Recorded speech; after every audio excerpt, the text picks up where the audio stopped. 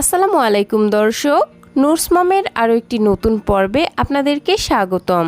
আমার আজকের আয়োজনে থাকছে 8 মাস থেকে 5 বছর বয়সী বাচ্চাদের জন্য ভীষণ ক্যালোরিবহুল, মজাদার এবং ওজন বৃদ্ধিকারী একটি খাবারের রেসিপি। পুষ্টিকর এই খাবারটি বাচ্চাদের দ্রুত ওজন বৃদ্ধি করবে, স্মৃতিশক্তি বাড়াতে সহায়তা করবে, উচ্চতা বাড়াবে এবং রোগ প্রতিরোধ ক্ষমতা বাড়াতে সাহায্য করবে। পাশাপাশি বাচ্চাদেরকে অল্প খাবারে বেশি পুষ্টি দিবে।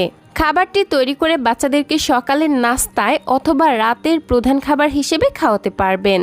তাহলে এখানের কথা না বাড়িয়ে সরাসরি চলে যাচ্ছি মূল রেসিপিতে। পুষ্টিকর এই খাবারটি তৈরি করতে আমি প্রথমেই নিয়ে নিচ্ছি 1 টেবিল চামচ পরিমাণ পোলাওয়ের চাল। অনেক বাচ্চাদের পোলাওয়ের চালে পেটে গ্যাস অথবা কোষ্ঠকাঠিন্যর মতো সমস্যা দেখা দেয়। সেক্ষেত্রে আপনারা এখানে পোলাওয়ের চালের পরিবর্তে রেগুলার ভাতের চাল দিয়ে খাবারটি রান্না করবেন। এখন এই চালগুলোকে বেশ কয়েকবার পানি চেঞ্জ করে খুব ভালোভাবে ধুয়ে নিব। চালগুলোকে খুব ভালোভাবে ধুয়ে নিয়েছি।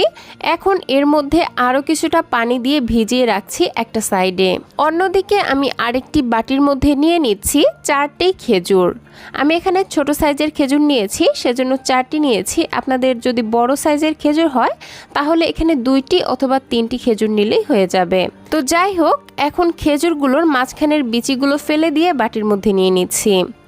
আমি এখানে আরও নিয়ে নিচ্ছি 4টি কাঠবাদাম এবং 4টি কাজু বাদাম।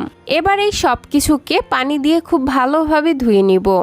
আমি 2 থেকে 3 বার পানি চেঞ্জ করে খেজুর এবং বাদামগুলোকে ধুয়ে নিয়েছি।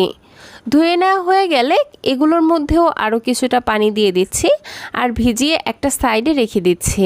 আমি এগুলোকে মোটামুটি 20 মিনিটের মতো ভিজিয়ে রাখছি। এতে করে এগুলো অনেকটা নরম হয়ে যাবে আর খুব সহজেই সেদ্ধ হয়ে যাবে। তো 20 মিনিট পর এখানে একটি ব্লেন্ডারের জার নিয়ে নিয়েছি। এখন যে চালগুলো ভিজিয়ে রেখেছিলাম তার পানিটা ঝরিয়ে এই ব্লেন্ডারের জারের মধ্যে নিয়ে নিচ্ছি। একই সাথে যে বাদাম এবং খেজুরগুলো ভিজিয়ে রেখেছিলাম সেগুলোর পানি সহকারেই এর মধ্যে দিয়ে দিচ্ছি। পানিটা কিন্তু ফেলা যাবে না, কারণ খেজুর এবং বাদাম ভিজিয়ে রাখার ফলে এই খেজুরের পুষ্টিগুণ কিন্তু অনেকটাই এই পানির মধ্যে চলে যায়। তো যাই হোক, এখন এই সব কিছুকে ব্লেন্ড করে সরাসরি চুলাতে চলে যাচ্ছি।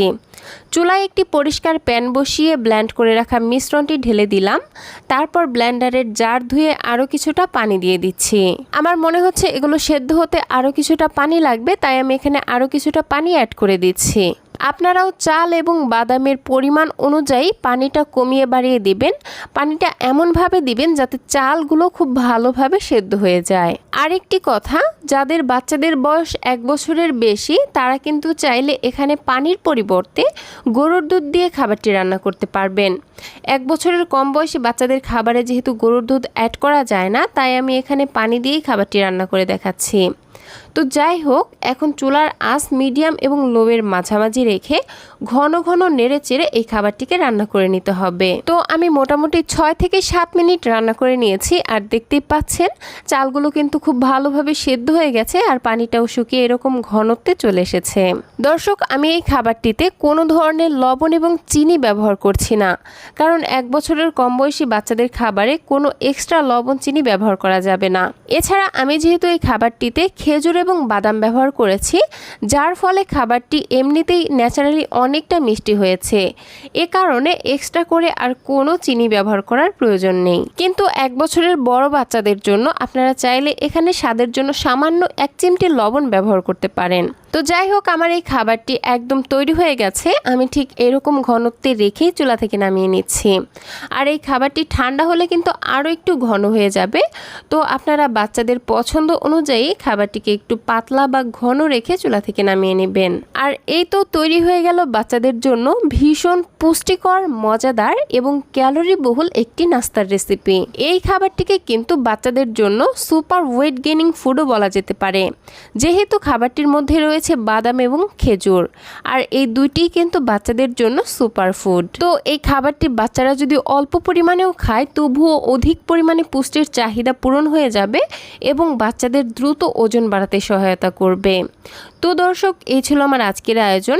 ভিডিওটি ভালো লাগলে প্লিজ একটি লাইক দিবেন এবং যাওয়ার আগে সুন্দর একটি কমেন্ট করে যাবেন। আমার ভিডিওগুলো যদি ভালো লেগে থাকে তাহলে প্লিজ ফ্রেন্ডস অ্যান্ড ফ্যামিলির সঙ্গে ভিডিওগুলো শেয়ার করে দিবেন।